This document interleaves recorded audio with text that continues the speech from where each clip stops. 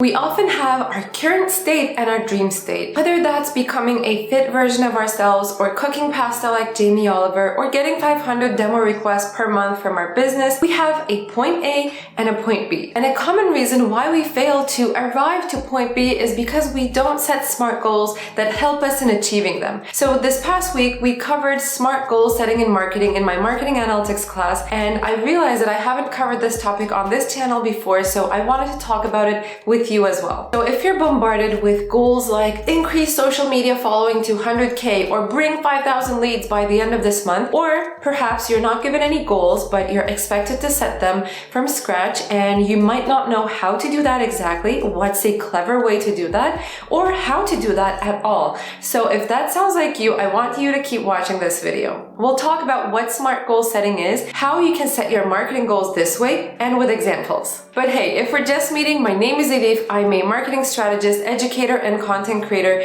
and I make weekly videos for this channel around the topics of marketing and marketing careers. So if that sounds interesting to you, then I'd encourage you to subscribe to the channel if you're new here, and we'd love to have you as a part of the community. Okay, without further ado, let's get right into it. What is a SMART goal? If right now you're thinking, I know what a SMART goal is, maybe I don't need to watch this video, I want you to pause there, hold right there, because you clicked on this video, you were searching for this topic because you feel there is more that you can learn about SMART goal setting, and maybe you need a little more practice in how to do it right. So keep watching, because the more you hear about SMART goals and the more you practice creating SMART goals, the better you're gonna get. So what is this word SMART? Where is it coming from? It's got to be one of the most popular acronyms on the internet, maybe in the business space, I don't know, but it is very popular and everyone talks about SMART goal setting, but not everyone gets it right. In fact, my experience tells me that the ratio of people who think they know what SMART goals are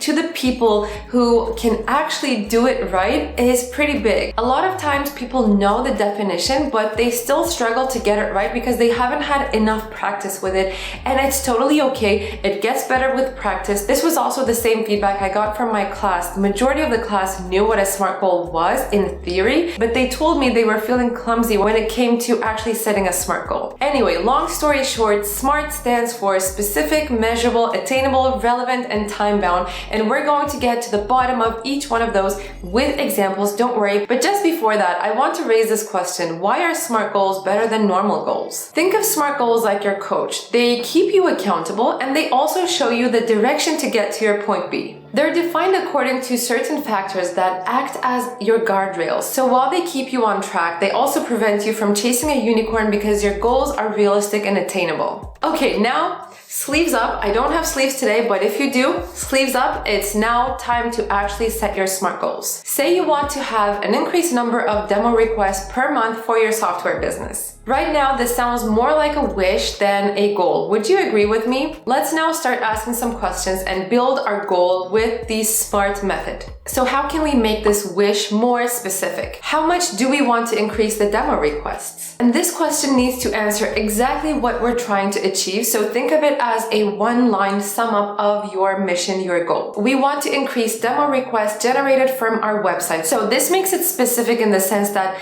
it is only coming from your website and not from your LinkedIn page or your email campaign or whatever it may be. It is the specific demo requests that are coming from your website, and your goal is to increase them. Okay, now specific part is done. Now on to measurable. So now you need to pay attention to the quantitative side of your goal. How are you going to make it more numeric and trackable? If you don't put a number to it, there's no way that you can track the performance or your achievement towards that goal. So you need to find out how you can measure it. What is the metric that you're going to pay attention to? In this case, we're talking about demo requests, so it should be rather easy to measure because it is a numeric value that we're looking at. Now we also need to ask, how much do we want to increase the demo request? We need to attach a number to our wish of increasing the demo request. Unless we know how much we want to increase, our measuring is going to fail. So now let's adjust our goal and say we want to increase demo requests generated from our website by 10%. Next up is attainable, and now we're going to ask, is this goal attainable for me? Is this realistic for me to achieve this number? Now we need to make sure that our goal is challenging. Yes, we want to challenge ourselves,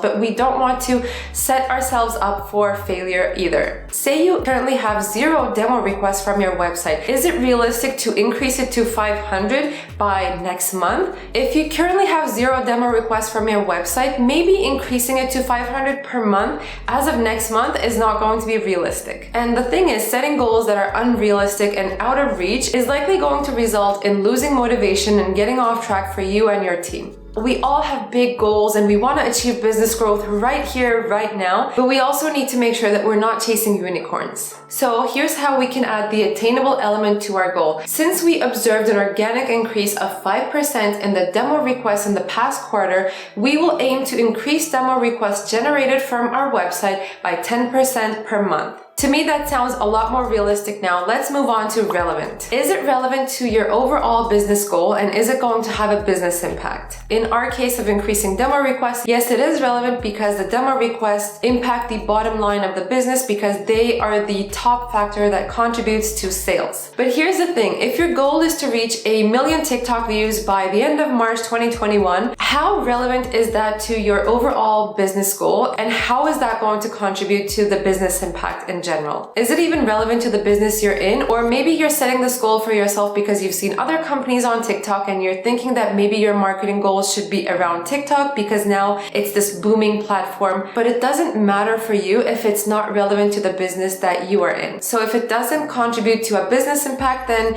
consider changing your initial goal or revising it. So here's how our goal is adjusted right now with the relevance factor. Since we observed an organic increase of 5% in the demo requests in the past quarter, we will aim to increase demo requests generated from our website by 10% per month because demo requests are the top contributing factor to our sales goals. So that's our relevance factor, and now on to time bound. Finally, in how much time am I expecting to achieve this goal? What is my timeline to get from my point A to my point B? Without a timeline, we can lose track of the incremental changes that we're making. We may lose motivation, or we might end up taking it very slow and it will take us ages to get there, or maybe we will even lose track of it altogether. So without a timeline or deadline attached to our goal, the likelihood of us failing is much higher. Let's leave marketing aside for a moment. Have you ever seen someone say, my goal is to get fit, and that they actually get fit if they don't have a timeline, if they don't have a plan